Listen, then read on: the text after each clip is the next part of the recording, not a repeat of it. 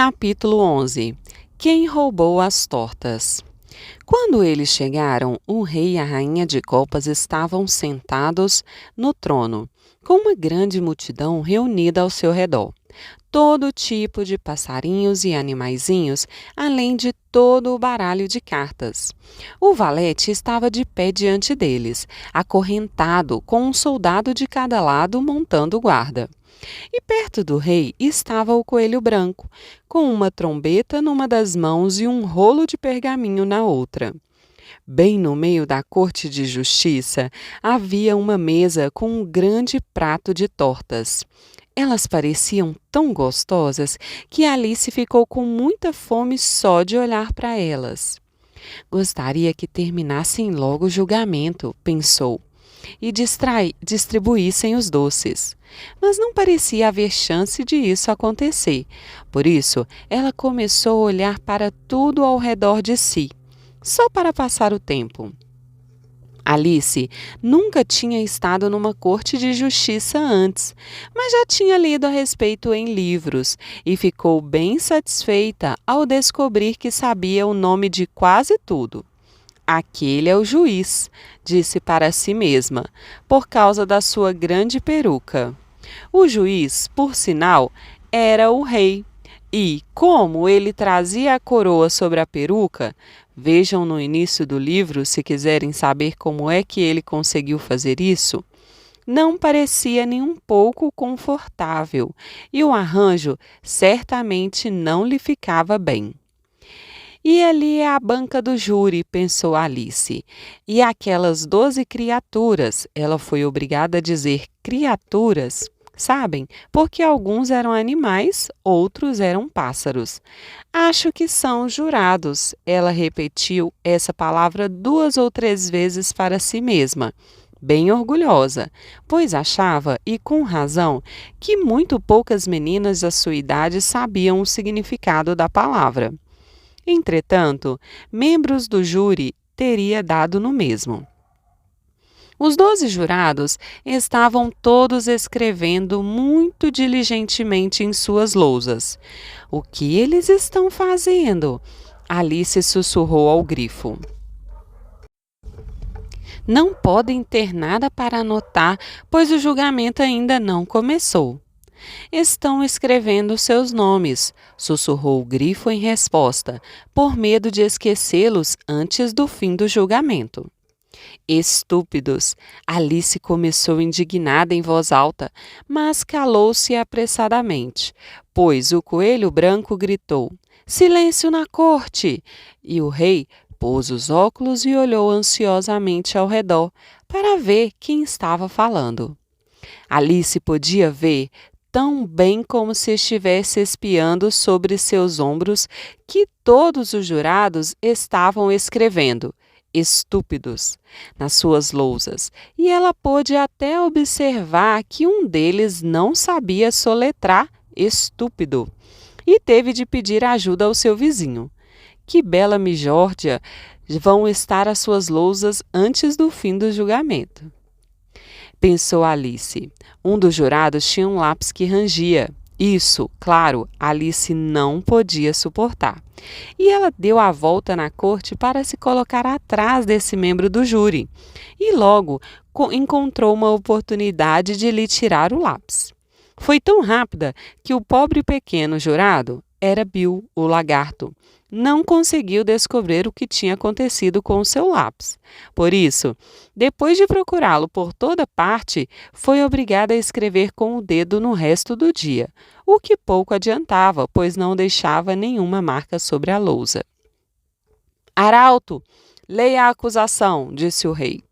Ao ouvir essa ordem, o coelho branco soprou 3 vezes a trombeta. Depois, desenrolou o rolo de pergaminho e leu o seguinte: A rainha de copas assou umas tortas, num dia de verão. O valete de copas roubou essas tortas. Nelas passou a mão. Considerem o seu veredito, disse o rei para o júri. Bem nesse momento, Alice sentiu uma sensação muito curiosa, que a intrigou bastante até descobrir do que se tratava. Ela estava começando a crescer de novo. Primeiro, pensou em se levantar e sair da corte, mas pensando duas vezes, decidiu ficar onde estava, enquanto houvesse lugar para ela. Gostaria que não apertasse tanto, disse o arganaz que estava sentado ao seu lado. Mal posso respirar. Nada posso fazer, disse Alice. Humilde, estou crescendo. Você não tem o direito de crescer aqui, disse o arganaz. Não diga tolices, disse Alice mais ousadamente. Bem sabe que você também está crescendo.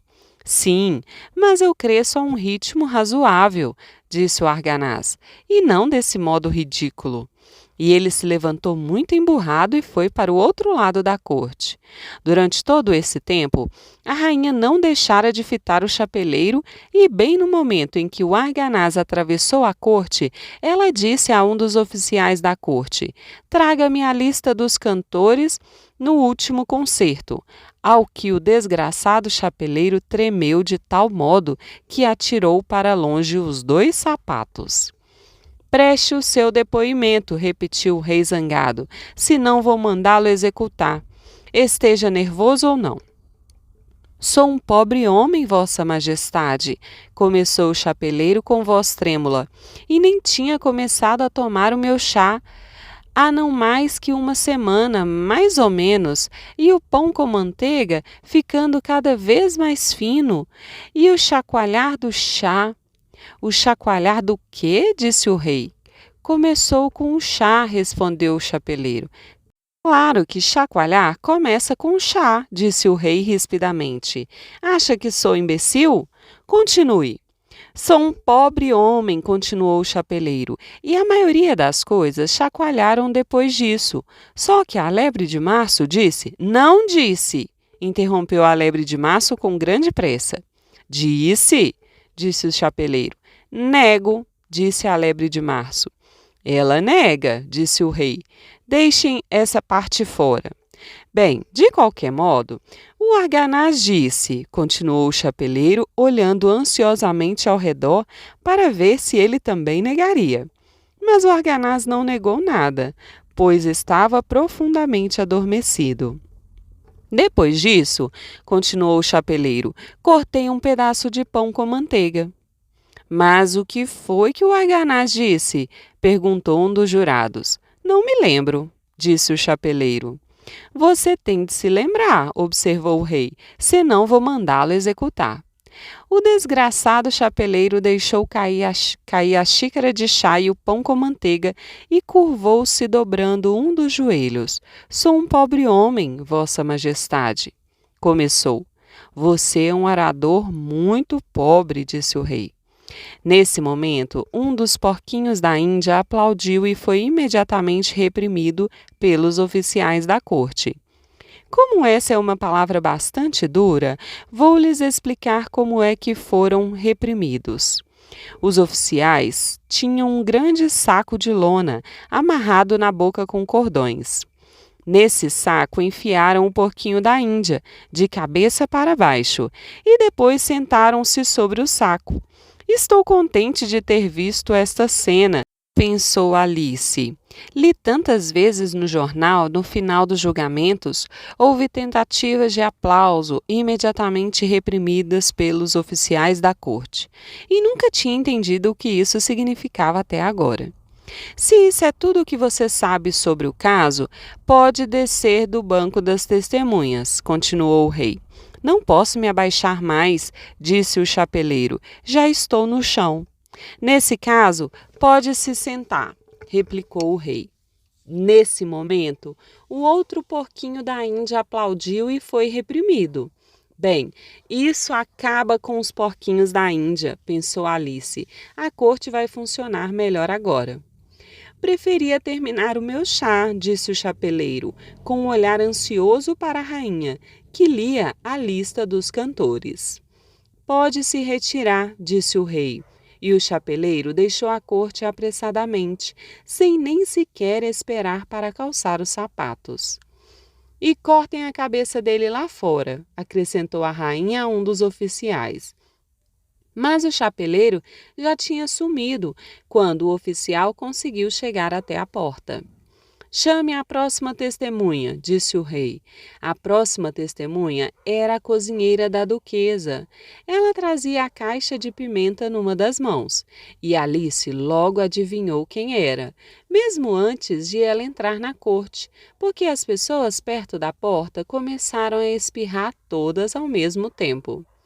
Preste o seu depoimento, disse o rei. Não, disse a cozinheira. O rei olhou ansiosamente para o coelho branco, que disse em voz baixa: Vossa Majestade deve interrogar esta testemunha. Bem, se devo, não há outro remédio, disse o rei com ar melancólico. E depois de cruzar os braços e franzir as sobrancelhas para a cozinheira, até seus olhos quase desaparecerem, disse com voz grave: De que são feitas as tortas? De pimenta, sobretudo, disse a cozinheira. De melaço, disse uma voz sonolenta atrás dela. Peguem esse arganaz, gritou a rainha. Decapitem esse arganaz, põem esse arganaz para fora da corte, reprimam o arganaz, prendam o arganaz, cortem os bigodes dele. Por alguns minutos, toda a corte se viu numa grande confusão, pondo o arganaz para fora. E quando todos já tinham se acomodado de novo, a cozinheira tinha desaparecido. Não faz mal, disse o rei com ar de grande alívio. Chame a próxima testemunha. E acrescentou em voz baixa para a rainha: Realmente, querida, você deve interrogar a próxima testemunha. Isso tudo está me dando uma dor de cabeça terrível. Alice observou o coelho branco remexer na lista de testemunhas, muito curiosa para ver como seria a próxima testemunha. Pois eles ainda não têm muitas provas, disse para si mesma. Imaginem a sua surpresa quando o coelho branco leu, com toda a força de sua vozinha aguda, o nome: Alice.